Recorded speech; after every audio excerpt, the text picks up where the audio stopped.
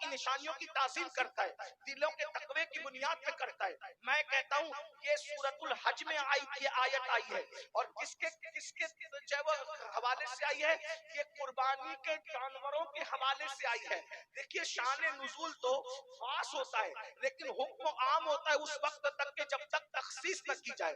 جب تک اللہ و رسول تخصیص نہ کرے, یہ بات شاید آپ تفسیر کا اصول ہے آپ کے سر سے اوپر جائے گی, لیکن علماء جانتے ہیں حکم خاص ہوتا ہے لیکن قیامت تک کے لیے, یعنی شان نزول خاص ہوتا ہے, حکم قیامت تک کے لیے عام ہوتا ہے جب تک اللہ رسول تخصیص نہ کریں. مثال کے طور پہ ایک بات آپ کو بتاؤں, جیسے کہ اللہ اکبر, اللہ کے رسول صلی اللہ علیہ وآلہ وسلم سے کوئی سوال پوچھا گیا, اس کے جواب میں کوئی آیت آ گئی, تو چونکہ وہ آیت تو شان نزول کے اعتبار سے خاص رہے گی لیکن اس کا حکم قیامت تک عام رہے گا. جیسے مثال کے طور پر فاروق اعظم نے اللہ کے رسول سے عرض کیا, یا رسول اللہ لوگ شراب بھی پیتے ہیں, جوا بھی کھیلتے ہیں, اس کے لیے کوئی آواز حکم بیان فرما دے.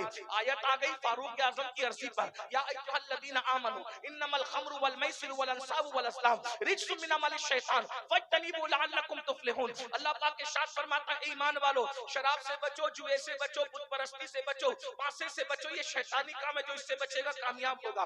یہ کس کے لیے آیا؟ فاروق اعظم کی عرضی پر یہ حکم آیا, لیکن چونکہ اس نے اللہ رسول نے تخصیص نہیں کی کیونکہ یہ قیامت تک کے لیے عام کر دیا گیا. اسی طرح اور بھی روایتیں ہیں, پردے کا حکم ہے, اسی طریقے سے حلال و حرام کے دیگر معاملات ہیں. آپ اندازہ فرمائیں میرے آقا صلی اللہ علیہ وآلہ وسلم کے دیوانوں, ذرا غور کیجئے, توجہ فرمائیں. اللہ اکبر, امام حسین پاک کی شان کیا ہے, امام حسین پاک کا مقام کیا ہے, امام حسین پاک کا مرتبہ کیا ہے.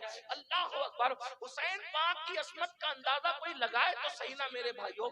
اللہ اکبر, میرے آقا صلی اللہ علیہ وآلہ وسلم کے غلاموں ذرا توجہ تو کرو, ہم پیار کس سے کرتے ہیں, محبت کس سے کرتے ہیں, الفت کس سے کرتے ہیں کہ اللہ اکبر امام علی مقام, پنجتن پاک, صحابہ کرام جن سے ہم پیار کر رہے ہیں, محبت کر رہے ہیں, ان لوگوں کے مرتبے کیا ہے, ان لوگوں کی شانیں کیا ہے, ان لوگوں کی عظمتیں کیا ہے. اللہ اکبر, میرے آقا صلی اللہ علیہ وآلہ وسلم نے سجدے کو طویل کر دیا, سجدے کو لمبا.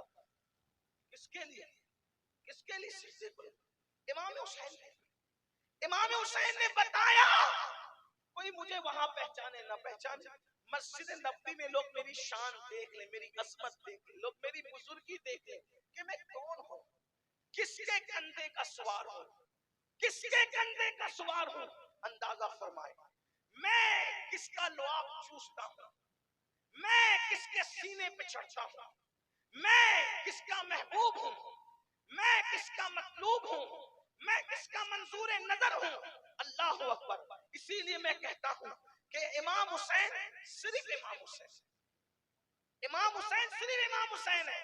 اندازہ کرو, غور کرو, جو قربانی کے جانور ہیں, وہ قربانی کے جانوروں کے تعلق سے یہ آیت نازل ہوئی کہ یہ اللہ کی نشانی, اللہ کی نشانی, توجہ, اللہ کی نشانی.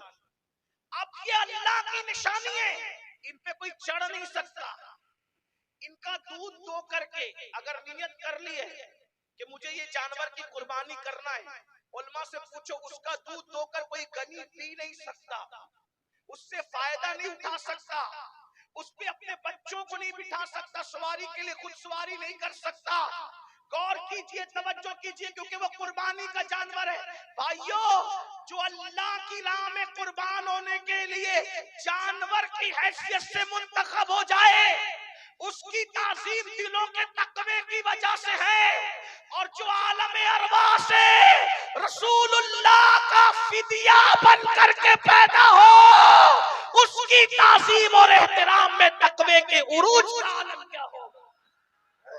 اندازہ تو فرمائے, جو میرے نام پہ ذبح ہو, آپ کے نام پہ ذبح ہو, وہ اس کی شان یہ ہے کہ اس کی تعظیم دلوں کا تقوی ہے. تو جو رسول اللہ کا فدیہ بن کر, جو حضور کی شہادت کے باب کو, سیرت کے باب کو پورا کرے, وہ امام حسین ابن علی. کیا شان ہے حضور کی نماز میں جس کا خیال ہے, اولیاء جس کو مان کر ولی بنتے ہیں. اب اس امام حسین, یہ میں نے تمہید کے طور پہ گھڑی, اس امام حسین جو جنتی جوانوں کا سردار, پیدا ہوتے ہی سرداری لے لی گئی, جنتی جوانوں کا سردار ہے. پھر اس کے بعد امام علی مقام کا کردار کیا تھا اینڈ پہ بات کرنا چاہتا ہوں. اصل عنوان یہ ہے ہمارے پاس تو جنتی جوانوں کی سرداری کیا, ہمارے تو جنت کے بارے میں بھی نہ آپ کو خبر ہے نہ مجھے خبر ہے. کون کون جنت میں جائے گا نہ آپ کو معلوم ہے نہ مجھے. میں بھی جنت میں جاؤں گا کہ نہیں جاؤں گا یہ میں یقین سے نہیں کہہ سکتا. جو یقین سے کہہ سکتے ہیں ان کا اپنا ذمہ ہے, وہ اپنی بات کرے. مجھے یقین نہیں ہے, میں صرف امید کر سکتا کہ انشاءاللہ میں جنت میں جاؤں, اور امید بہت مضبوط ہے میری. اور کیوں نہ جاؤں انشاءاللہ, کیونکہ ایسوں کا دامن پکڑا ہے. ایسوں کا لوگ کبھی کبھی مجھ سے کہتے ہیں, میں تقریر میں سنتا ہوں, میں بھی کبھی کہتا ہوں کہ سکندر مقدر کا سکندر, مقدر کا سکندر. میں نے کہا وہ سکندر کیا اوقات رکھتا ہے ہم لوگوں کے ساتھ؟